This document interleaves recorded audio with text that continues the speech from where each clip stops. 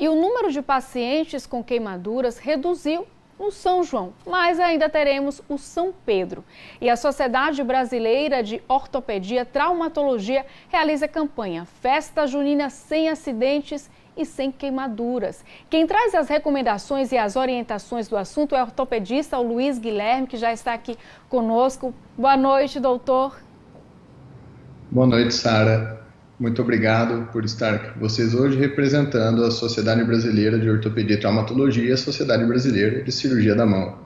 Nós que agradecemos o senhor estar aqui conosco e queria já começar essa entrevista, o senhor relatando como é que tem sido a receptividade das pessoas com relação à campanha.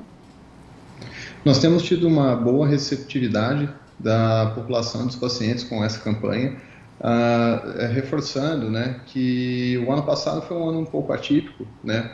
Nós tivemos uma redução das festividades secundárias aí ao lockdown pelo coronavírus, mas a tendência era de um crescimento, né, das lesões por queimaduras, por fogos de artifício e algumas outras lesões por explosão.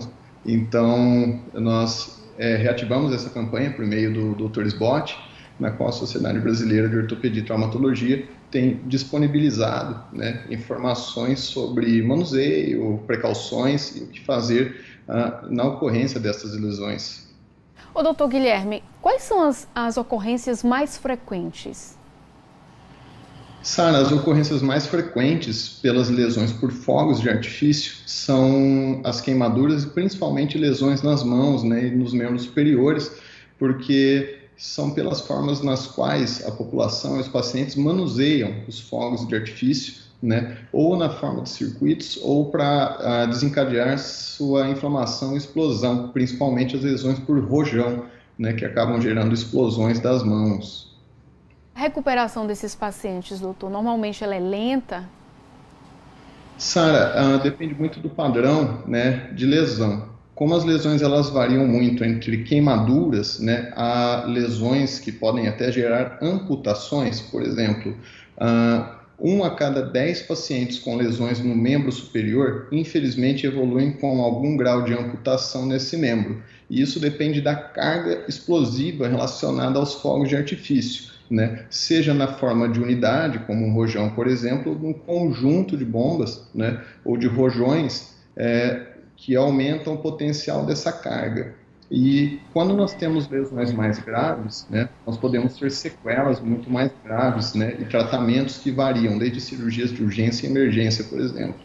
Ô, doutor, e quem são as principais vítimas? As principais vítimas são pessoas, né, e pacientes que acabam não estando muito familiarizados com os manuseios dos fogos de artifício. Quando estamos em grandes eventos, muitas vezes existem equipes especializadas que fazem o manuseio desses fogos de artifício.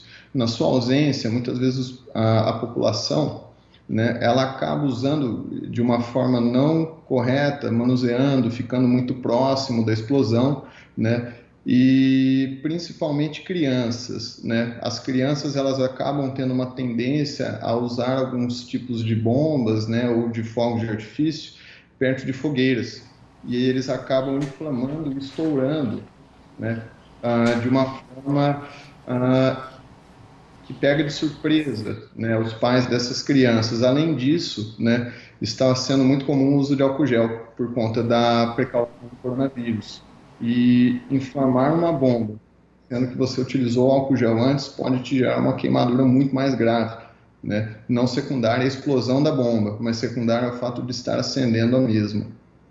Guilherme, era justamente isso também que eu iria perguntar ao senhor. Eu sei que o senhor está falando aí diretamente de São Paulo conosco, a gente desde o início já agradeceu a sua disponibilidade de estar aqui conosco. A gente tem essa nossa realidade aqui no Nordeste, né, dos festejos juninos muito presente, né? A gente está nesse período de restrição por conta da pandemia, em que os fogos de artifícios estão proibidos de serem soltos, as fogueiras de serem acesas, mas ainda há aquelas pessoas que insistem em manter essa tradição. Infelizmente, os acidentes acontecem em menor número, mas acontecem. Mas aqui a nossa realidade, eu não sei se aí também na região sul, é que o número de acidentes de pessoas que se queimam com o manuseio do álcool tem crescido de forma muito alarmante por aqui. Sim, Sara, por aqui também, e nós temos feito várias campanhas, né, para conscientizar a população, não só no manuseio com fogos de artifício, mas também para churrascos e eventos que envolvam, né, a inflamação ou a combustão, ou calor, ou algo que possa desencadear a combustão, né, desse álcool gel, e esse número é crescente, né? A gente sempre recomenda que não seja utilizado, né, os fogos de artifício, para evitar esses acidentes, mas nós temos, infelizmente, como você citou, o fenômeno cultural da tradição brasileira, né? Então, por isso, nós disponibilizamos alguns métodos, né, de precaução para que esses pacientes, né, para que essas pessoas, para que a população, né, pelo menos tome cuidado ao fazer o uso, mesmo sabendo que para vocês no Nordeste, né, isso está proibido por lei. Ô Guilherme, eu queria que o senhor desse uma orientação, né, para quem está nos assistindo, desses cuidados que são tão necessários, né?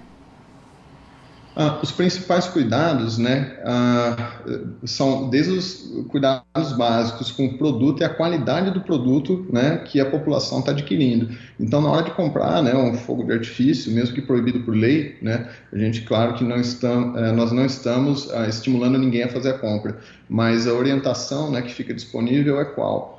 Procure um produto de qualidade, uma loja credenciada, um produto que está dentro da garantia, um produto que está dentro do prazo, né, de validade, com uma carga explosiva menor. Evite acumular esses produtos, né, esses fogos de artifício, para gerar maiores explosões. Lembrando que, qual é o principal problema do fogo de artifício, né? No passado, né, utilizávamos nessas explosões por dinamites para derrubar rochedos, para construir trilhos, rodovias, né? E se ele tem um potencial para destruir algo mais sólido, imagino que ele não faz com o corpo humano, que é muito mais delicado, né? Então, por isso, lembrar de manter uma distância de pelo menos 30 metros, não manusear com as mãos, dar preferência, né, para fogos de artifício que sejam aqueles com base, onde você pode deixar ele num suporte ou colocar no chão, não manusear, né? Muitos pacientes que nós recebemos nos últimos anos nos dizem: doutor, fui estourar no rojão, ele não estourou para cima, ele explodiu para baixo, né, e explodiu na minha mão. Então, para que isso não aconteça, né, não manuseie esses explosivos. Além disso, né, muitos funcionários, né, de equipes especializadas utilizam circuitos. Quando esse circuito não dispara, né, o ideal é que você não vá em direção a esse circuito, ele pode ainda disparar, né, de uma forma tardia, né, tomar cuidado, né, para não ficar próximo de locais inflamáveis, de fogueiras, e tomar cuidado com as nossas crianças, né, não apontar esses fogos de artifício para áreas urbanas, para locais de eletricidade, por exemplo, evitar, né, colocar essas bombas em potes de vidro para não gerar estilhaços e lesões secundárias, não à explosão, mas aos fragmentos, né, que vão explodir nos componentes, né, que estão próximos, evitar danos com animais. Então, existem uma série de precauções que estão também disponíveis no nosso site, né, da Sociedade Brasileira de Ortopedia e Traumatologia, do Dr. Sbot, e também na Sociedade Brasileira de Cirurgia da Mão. Doutor Luiz Guilherme, muito obrigada pela entrevista, pelos esclarecimentos, também pelas orientações. Até uma próxima oportunidade. Boa noite. Muito obrigado, Sara. Uma boa noite a todos vocês. Muito obrigado.